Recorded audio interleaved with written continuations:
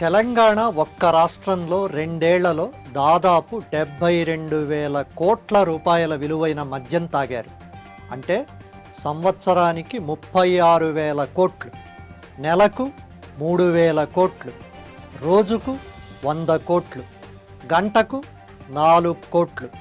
ప్రభుత్వ ఆధ్వర్యంలోని ఆరోగ్య, విద్య, హోం లాంటి అత్యంత ముఖ్యమైన ఒక్క శాఖకైనా ఏడాదికి 36,000 కోట్ల బడ్జెట్ ఉంటుందా?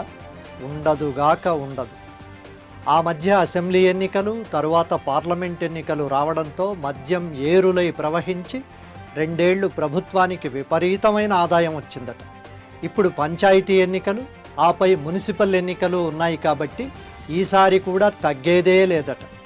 తను శవమై ఒకరికి వశమై, తను పుండై ఒకడికి పండై, ఎప్పుడూ ఎడారై ఎందరికో వయాసిస్సై అని అనితర సాధ్యంగా అలిశెట్టి ప్రభాకర్ ఒకానొక సందర్భానికి చెప్పాడు. అలా తనువు పుండై, ప్రభుత్వానికి పండై, ఎప్పుడూ తాగుతూ తాము ఎడారై ప్రభుత్వానికి వయాసిస్సైన తాగుబోతుల రుణం అభ్యుదయ నాగరిక సమాజం ఎన్ని జన్మలెత్తినా తీర్చుకోగలిగింది కానే కాదు. వారి మందు నిద్ర మత్తు ముందు మన ప్రభుత్వ మౌలిక వసతుల చైతన్యం మెలకువ ఉంది. తెలంగాణ ఒక్క